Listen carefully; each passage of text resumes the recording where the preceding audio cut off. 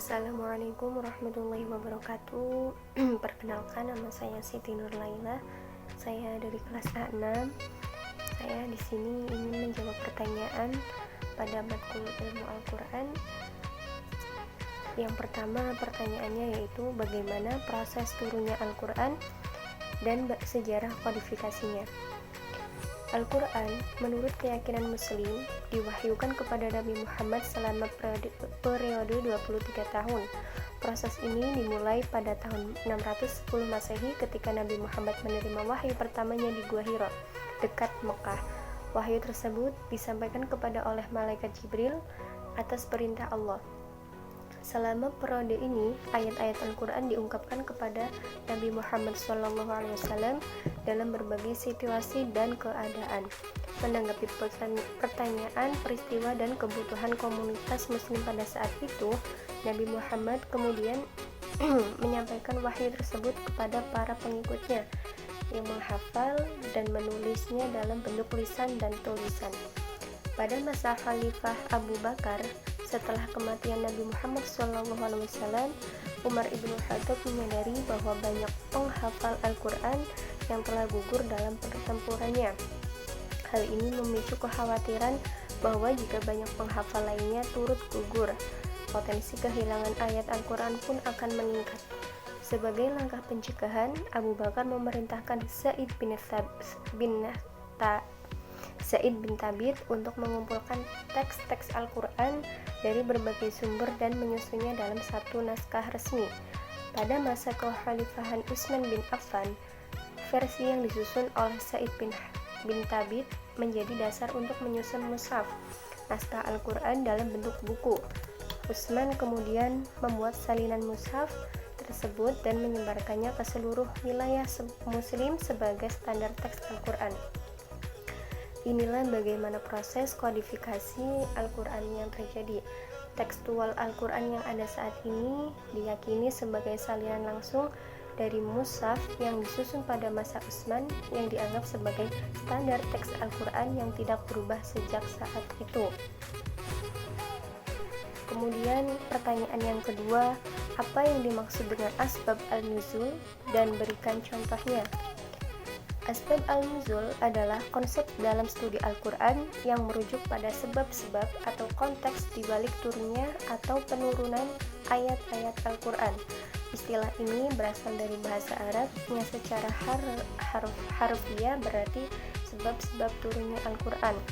Contohnya, terdapat banyak ayat Al-Quran yang diturunkan sebagai jawaban atas situasi atau kejadian spesifik yang terjadi pada masa hidup Nabi Muhammad SAW. Ada beberapa contoh asbab an-nuzul, diantaranya yaitu pada surat Al-Fil.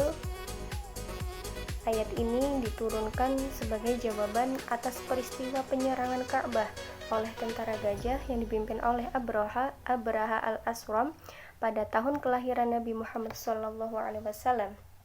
Pada ayat ini menggambarkan bagaimana Allah melindungi Ka'bah dari serangan tersebut. Kemudian ada contoh yang kedua, terdapat pada surat Al-Baqarah ayat 180. Ayat ini berkaitan dengan hukum warisan dan penyelesaian harta peninggalan. Ayat ini diturunkan setelah seseorang datang kepada Nabi Muhammad SAW dengan pertanyaan tentang bagaimana hukum warisan harus diterapkan. Kemudian untuk pertanyaan ketiga, apa yang dimaksud dengan munasabah Al-Quran dan berikanlah contohnya.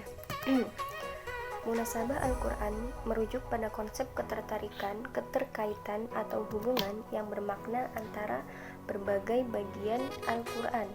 Ini mencakup koherensi, kesesuaian, dan keterkaitan yang terdapat antara berbagai ayat, surat, atau bagian Al-Quran dalam konteks tema, pesan, atau pengulangan yang memberikan keseluruhan harmoni. Contoh munasabah Al-Quran bisa dilihat dalam tema-tema yang diulang-ulang di berbagai bagian Al-Quran. Salah satu contohnya adalah tema keesaan Allah atau Tauhid yang merupakan pokok bahasa utama dalam Al-Quran. Ayat-ayat yang membahas keesaan Allah tersebar di seluruh kitab ini dan saling melengkapi untuk menyampaikan pesan yang sama. meskipun dalam konteks yang berbeda. Sebagai contoh, tema penciptaan, keadilan, cobaan, dan belas kasihan Allah juga ditampilkan secara konsisten di berbagai bagian Al-Quran. Meskipun topik-topik ini mungkin disajikan dalam konteks yang berbeda atau dengan variasi bahasa, mereka terkait erat satu sama lain, memberikan kesan keseluruhan yang utuh dan konsisten dalam penyampaian pesan.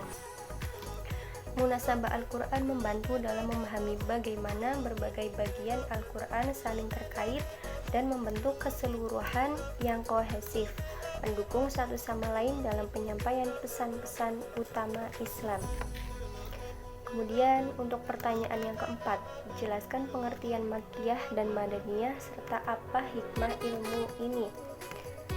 Klasifikasi ayat-ayat Al-Quran menjadi Makkiyah dan Madaniyah didasarkan pada konteks waktu dan tempat penurunannya ayat tersebut. Apa itu ayat Makkiyah? Ayat Makkiyah adalah ayat-ayat yang diturunkan ketika Nabi Muhammad SAW berada di Mekah sebelum hijrah ke Madinah. Ayat-ayat ini cenderung fokus pada ajaran fundamental Islam, keesaan Allah, hari kiamat, moralitas, keadilan, dan seringkali menanggapi tantangan dari kaum musyrik Mekah. Karakteristik termasuk penekanan pada pertobatan, iman, dan perintah moral.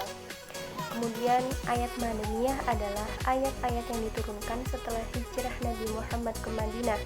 Ayat-ayat ini cenderung mengatur hukum-hukum sosial, politik, ekonomi, dan mengatur kehidupan komunitas muslim yang berkembang di Madinah. Ayat-ayat ini seringkali lebih terperinci dalam hal hukum, peraturan, dan urusan praktis lainnya yang relevan dengan kehidupan sehari-hari umat Islam. Apa sajakah hikmah dan pemahaman klasifikasi ini? Yang pertama ada konteks sejarah. Konteks sejarah ini membantu dalam memahami konteks perkembangan Islam pada masa Nabi Muhammad SAW masih hidup yang memengaruhi pesan-pesan Al-Quran yang diturunkan pada saat itu.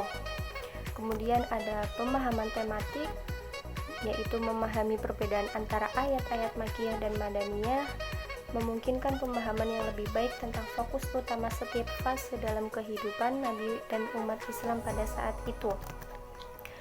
Kemudian hikmah yang terakhir yaitu penerapan hukum. Ayat-ayat Madaniyah seringkali memberikan dasar hukum bagi berbagai aspek kehidupan sosial sehingga memperlihatkan penerapan praktis ajaran Islam dalam kehidupan sehari-hari. Kemudian untuk pertanyaan yang kelima, apa yang dimaksud dengan muhkam dan mutasyabih? Serta berikanlah contohnya. Apa itu yang dimaksud dengan muhkam? Muhkam adalah suatu ayat-ayat yang jelas, tegas, dan tidak memiliki keraguan dalam arti atau pesannya. Ayat-ayat muhkam juga memiliki makna yang jelas dan tidak menimbulkan banyak interpretasi yang berbeda. Mereka mengandung hukum, perintah, larangan, atau sejarah yang jelas dan mudah dipahami. Salah satu contoh ayat muhkam yaitu surat Al-Baqarah yang artinya, hai orang-orang yang beriman, diwajibkan atas kamu berpuasa sebagaimana diwajibkan atas orang-orang sebelum kamu agar kamu bertakwa. Kemudian ayat mutasyabih. Apa itu ayat mutasyabih? Yaitu ayat-ayat yang bersifat ambigu, mengandung simbol atau memiliki makna yang lebih tersembunyi sehingga dapat ditafsirkan dengan berbagai cara. Ayat-ayat ini membutuhkan konteks lebih lanjut atau pengetahuan tambahan untuk dipahami sepenuhnya. Interpretasi mereka bisa bervariasi dan membutuhkan pemahaman yang mendalam. Salah satu contohnya yaitu ada dalam surat Al-Imran yang artinya yang lainnya adalah orang-orang yang dalam hati mereka terdapat kecondongan untuk mengikuti yang mutasyabihat, mencari-cari fitnah dan mencari-cari takwilnya. Dengan mengenali perbedaan antara muhkam dan mutasyabih penting karena ayat-ayat muhkam seringkali menjadi dasar hukum atau pedoman dalam ajaran Islam yang diterapkan secara langsung. Sementara itu ayat-ayat mutasyabih memerlukan pemahaman yang lebih dalam dan konteks tambahan untuk ditafsirkan dengan benar. Hal ini menegaskan pentingnya tafsir yang teliti dan kontekstual dalam memahami ayat-ayat Al-Quran secara menyeluruh. Mungkin sekian dari saya.